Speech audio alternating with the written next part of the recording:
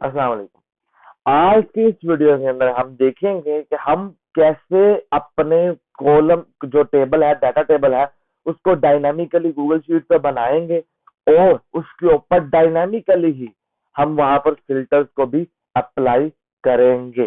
ठीक है, तो यहाँ पर ये देखिए, हमने यहाँ पर ये आईडी है और यहाँ पर मेरे पास आईडी है। ये मैंने ऊपर यहाँ पर ये ड्रॉप डाउन है, ये ऑटोमेटिकली बन के आ रहा है।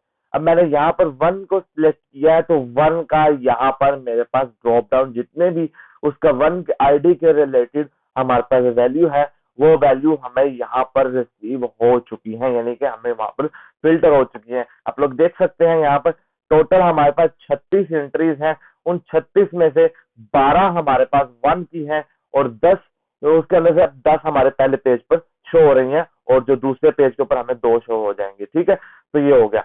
अब यहाँ पर मैं ये देखिए, ये सारे पेड हैं।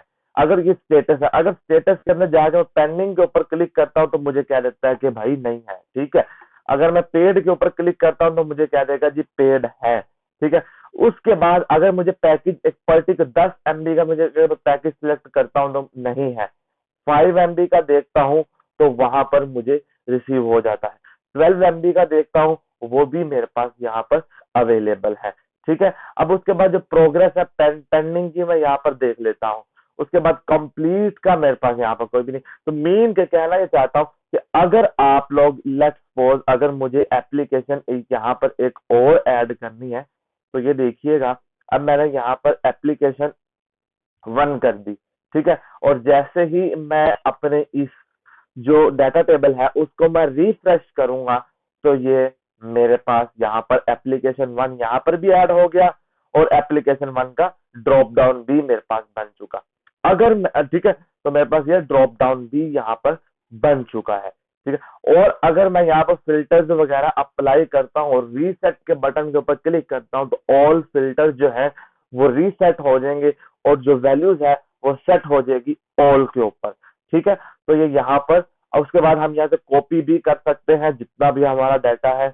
उसके बाद और यहाँ पर याद रहे ये पिक्चर, अगर आप चाहते हैं कि आपने और भी पिक्चर्स ऐड करनी है, must remember your header will be name in picture. Okay, अगर आपका जो हेडर है वो पिक्चर है, ठीक है, यहाँ पर अगर मैं पिक्चर इसके ऊपर कर देता हूँ और यहाँ से मैं एक अदर पिक्चर यहाँ पे भी लगा देता हूँ और मैं अब आपको यहाँ पर इसको दिखाता हूँ, तो अगर आपका जो हेडर है वो पिक्चर होगा तो उसका फिल्टर जो है उसका ड्रॉप डाउन भी नहीं बनेगा, लेकिन पिक्चर ऐड हो जाएगी। अगर पिक्चर फाउंड हुआ तो वो जो यूआरएल होगा वो पिक्चर को शो कर देगा, वहां पर यूआरएल को शो नहीं करेगा।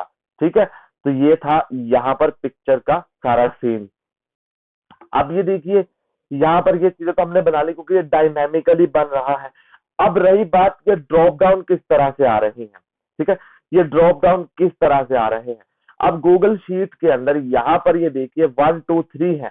अगर मैं यहाँ पर 4 ऐड कर देता हूँ और मैं अपने यहाँ पे आके इसको रिफ्रेश कर देता हूँ अपने डाटा को, तो यहाँ पर ऑटोमेटिकली मेरे पास 4 भी आ चुकेगा और 4 का मेरे पास यहाँ पर डाटा फाउंड हो चुका है।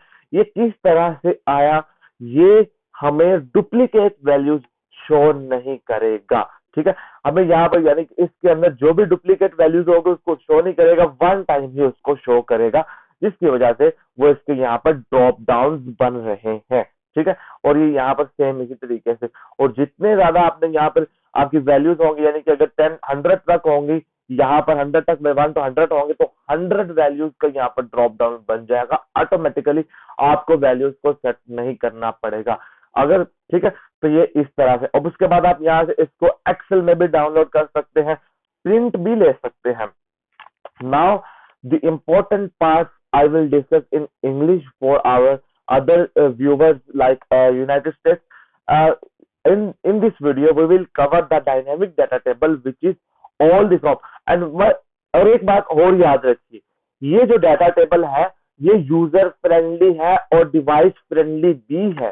ठीक है, मैं कहना क्या चाहता हूँ, अगर ये देखिए मैं यहाँ पर ये जो चीज है इसको मैंने यहाँ पर लेट्स सपोज इसको मैंने यहाँ से कॉपी किया और यहाँ पे लाके मैंने इसको पेस्ट कर दिया। ठीक है, और यहाँ पर भी मैंने इसको पेस्ट कर दिया और यहाँ पर भी मैंने इसको पेस्ट कर दिया क्योंकि मैंने डाटा ज्यादा कर दिया। ठीक है, मैंने यानी कि क्या किया, मैंने डाटा इसके अंदर ज्यादा कर दिया, नेम के मैंने और ऐड कर दिए। अब ये पहले क्या होता था, हमने जो पिछली वीडियो से हम डाटा टेबल्स बनाते थे वो आगे हमें यहाँ पे स्क्रोलिंग वगैरह दे देते थे, तो यहाँ पर ये स्क्रोलिंग नहीं देगा, ये यहाँ पर नीचे ले जाएगा उसे। अगर आप इसे थोड़ा सा शॉर्ट करेंगे तो ये देखिएगा, मैं ऐसे यहाँ पे आपको करके दिखाता हूँ। अगर आपने इसको शॉर्ट करना है थोड़ा सा, जिस तरह से डिवाइस फ्रेंडली है, देखिए अब ये यहाँ पर नीचे चला गया है सारा, तो ये सारा एक मोबाइल फ्रेंडली। तो यहाँ पर हमने वो उसको देखा कि ये मोबाइल फ्रेंडली भी है। अब यहाँ पर ये देखिए हमने वो 3 नेम्स ऐड किए थे, 3 नेम के कॉलम। अब यहाँ पर उनका ऑटोमेटिकली हमारे पास फिल्टर और ड्रॉप डाउन मेन्यूज बन चुका है, और यहाँ पर हमारे पास वो भी आ चुके हैं, और ये जो है वो मोबाइल फ्रेंडली भी है, जैसा कि मैंने आपको बताया। अब इसको कोड को हासिल करने के लिए ये यूआरएल आपको हमारे गूगल व्हाट्सएप चैनल से मिलेगा। जैसे ही आप व्हाट्सएप चैनल के ऊपर हमसे ये यूआरएल देंगे, कुछ इस तरह का इंटरफेरेंस आपको देखने का मिलेगा। मेगा कॉपी के ऊपर क्लिक कीजिएगा, एक गूगल शीट आपके गूगल ड्राइव के अंदर आ जाएगी, और आप उसे यूटिलाइज कर सकते हैं डिप्लॉय करके अपनी वेब ऐप में। यहाँ से आप डिप्लॉय भी कर सकते हैं। ठीक है, आप प्रोसीजर यही रहेगा सेम जो हमारे वीडियोस में करते हैं।